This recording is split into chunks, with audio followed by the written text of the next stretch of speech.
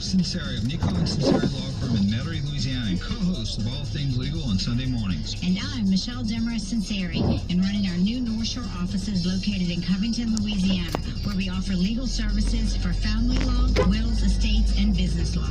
Michelle, I'm looking forward to you working for me. No, who's working for who? Call the Willis at 504-837-1304. We're on the North Shore at 985-624-9697.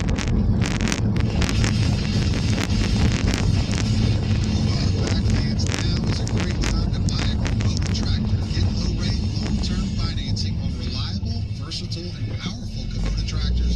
Visit GoKubota.com.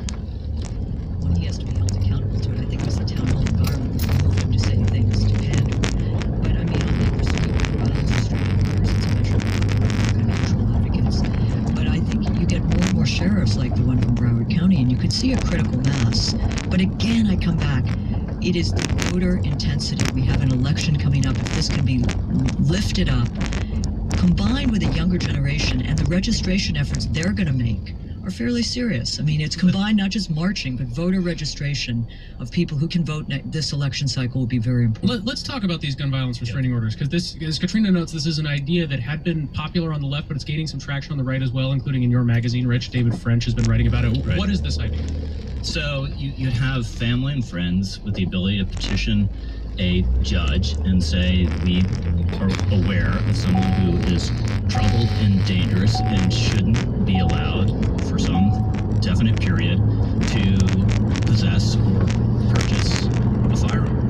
And the attraction of it to folks like me, I'm just skeptical of these broad sweeping gun control measures are going to make a difference when the real problem is a specific subset of people getting these weapons. And I think if you had this kind of process in Parkland, I have 100% confidence someone would have used it, because a number of people were dropping a dime on this guy, really worried about them. They just would have gone to the judge.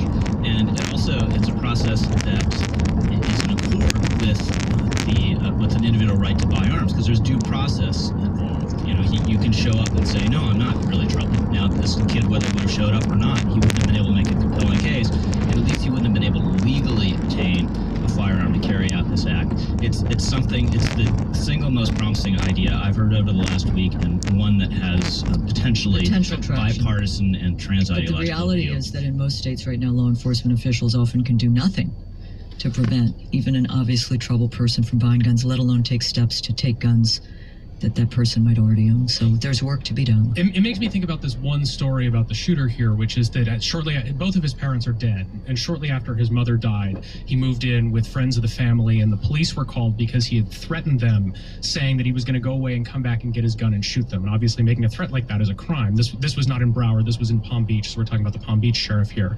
So the Palm Beach sheriff responds, and the family member he's staying with doesn't want to press charges about it. So there's nothing for the sheriff to do. This is an area where, they didn't want to send crews to jail. The gun violence restraining order would have given that family an opportunity to go through some other legal process that would have enabled them to try to have his guns taken away without having him in prison. So that's what makes me think that might have made a difference here. These are already the law in California. They have been for a couple of years. So we'll have, soon we'll have more information on how that's been working in California. California, Washington State and Oregon, I believe, and Connecticut. And it's a tool. And it's a tool that it's been introduced, I think, in 12 states this year. And it's in a situation like this where the person seems to be a substantial risk to himself or others. It could be like, take a time out, take the guns out of his hand. Well, that might be a promising idea. I will be back with Rich Lowry of National Review and Katrina Denham of Nation to talk about copycat effects and a theory on why mass shootings are up, even as violent crime level is down. You're listening to the Friday Center.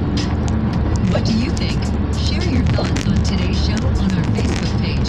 Tweet us at LRCKCRW and download the KCRW app to listen to Left, Right, and Center on demand. Hi, I'm Frank Caston. Join me Friday nights at 8, Jazz Newport. Every week, 2 hours of the best jazz from the past 70 years, with a strong accent on your words and an extended conversation with the Jazz Newport Player of the Week, Zane Wells Marsalis.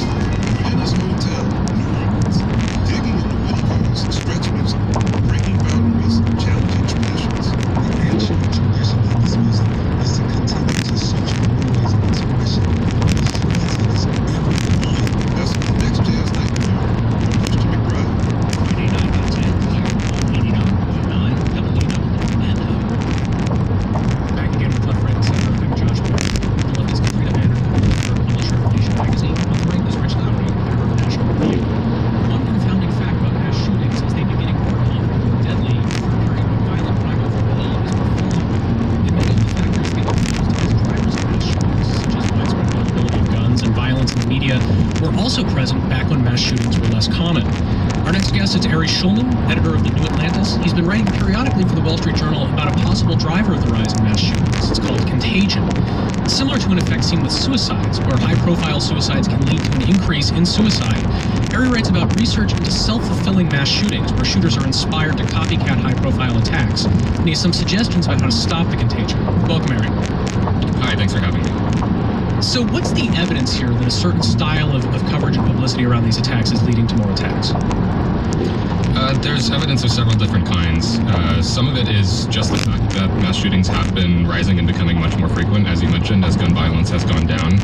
I think the better evidence is that when you study the lives of the mass shooters and the materials that they leave behind, they are all obsessed with each other. The Newtown shooter spent years obsessively studying prior shooters. A lot of them are particularly obsessed with the Columbine shooters. That seems to have been a really big driver in this effect. There was a kind of iconography from the videos in the school that many later shooters obsessed over. It's become a kind of template. Basically, there's this idea out there, if you're an angry, frustrated young man, there's an idea out there of how you can go and take your rage out there, out on the world. At some point, somebody started this. It didn't exist before, but now it's there, and more people are imitating it and copying it. You also talk about a couple of studies that look at the period immediately after mass shooting, showing that there's even a particular effect in the couple of weeks following a shooting. Yeah, so there's still some dispute among the researchers about how to think about this. I think it's useful to divide this into an infamy effect and a contagion effect. The infamy effect is much more conscious and planned, and I think that is something that you see more in the really, really high fatality mass shootings, and those are people who plan these events over months or years. But I think that there are lower fatality shootings that are more common, where it's much more impulsive. This story is out there in the headline, and other people are suddenly triggered to go out there and do this, in much the way that we saw this story recently about how there was a rise in suicides after Robin Williams committed suicide. There were similar studies after Marilyn Monroe committed suicide, and this happens after celebrities. There's a similar effect. So some of it is more impulsive, and some of it is more planned and deliberate. So, Rich and Katrina, what do you make of this? I mean, both of you run publications. Do you think about the way that coverage of these impacts the way that people might think about it if they're considering making an attack like this? We're not really the mass media in that way, but I totally think Ari is correct about this, and the wall-to-wall coverage, and especially on TV, is in effect an advertisement for evil for a very, very small segment of deranged people. Now, I don't know what you do about that. I think one thing we can do, and this will seem piddling given the enormity of these events, but I think is a public service, public communications campaign around shooters who have been foiled or were troubled in considering this and were caught and stopped and helped beforehand, doing a 60-second tearful spot. I was in this dark place and I considered doing the most infernal thing you could possibly imagine. I'm so grateful that someone stopped me and helped me. Things of that nature to countervail the just enormous attention that comes to the perpetrators of these events, I think would be helpful, again, at the margins. No, I think Ari, in fact, brings up that there's a damping effect on suicide from reports about people who considered it but found help instead. And reporters might find similar stories to tell about would-be mass shooters who reconsidered. I mean, voluntary media restrictions, and Rich is right. I mean, what we do at The Nation is not the kind of sensationalistic tabloid coverage that does infiltrate and fill so much of the media space after these. You try to bring attention to the systemic issues, to the moving forward, how to think about it. But there is a